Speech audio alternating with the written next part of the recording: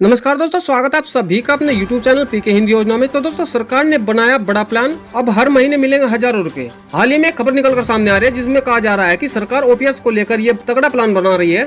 इस नए प्लान से कर्मचारियों को हर महीने हजारों रुपए दिए जाएंगे। तो दोस्तों, अगर आप भी केंद्र कर्मचारी है या आपके परिवार में कोई भी केंद्र सरकार का कर्मचारी है तो वह खबर आपको बहुत ही खुश कर देगी। जहाँ एनपीएस पर विरोध के बाद सरकार ने अब कर्मचारियों के पेंशन के लिए नया फार्मूला तैयार कर लिया है।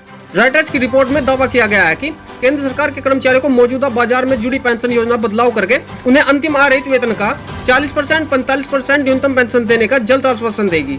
समिति का गठन करके आया बड़ा अपडेट। सरकार की तरफ से पेंशन को लेकर पिछले दिनों समिति का गठन करने के बाद यह अपडेट आया कि इस बारे में सरकार की तरफ से किसी भी प्रकार की आधिकारिक जानकारी नहीं दी गई है।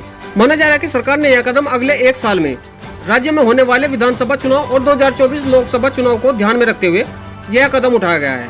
पिछले दिनों कर्मचारियों की विरोध पर पुरानी पेंशन की मांग पर सरकार ने 2004 में लागू किए गए पेंशन सिस्टम पर विचार करने की बात कही।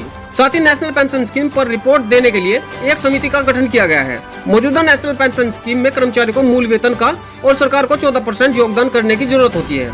तो दोस्तों, एनपीएस के तहत आने वाली कर्मचारियों की पेंशन बाजार से मिलने वाले रिटर्न पर निर्भर करती है। वही पुरानी पेंशन स्कीम के तहत अंतिम वेतन की 50% राशि गारंटीड पेंशन के रूप में दी जाती है।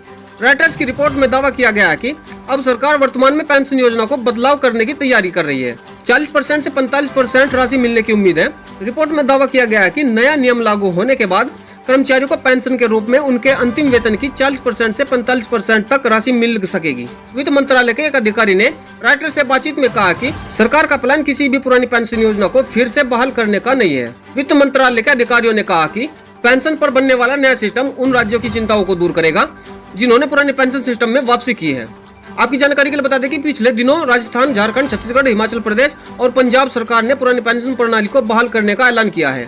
अधिकारी ने बताया कि कर्मचारियों को फिलहाल पिछले वेतन का करीब 38% पेंशन के रूप में मिलता है। दूसरे अधिकारी ने बताया कि यदि सरकार 40% रिटर्न की गारंटी देती है तो उन्हें महज 2% की कमी पूरी करनी होगी। हालांकि यदि पेंशन कॉमर्स में गिरावट आती है तो खर्च बढ़ जाएगा।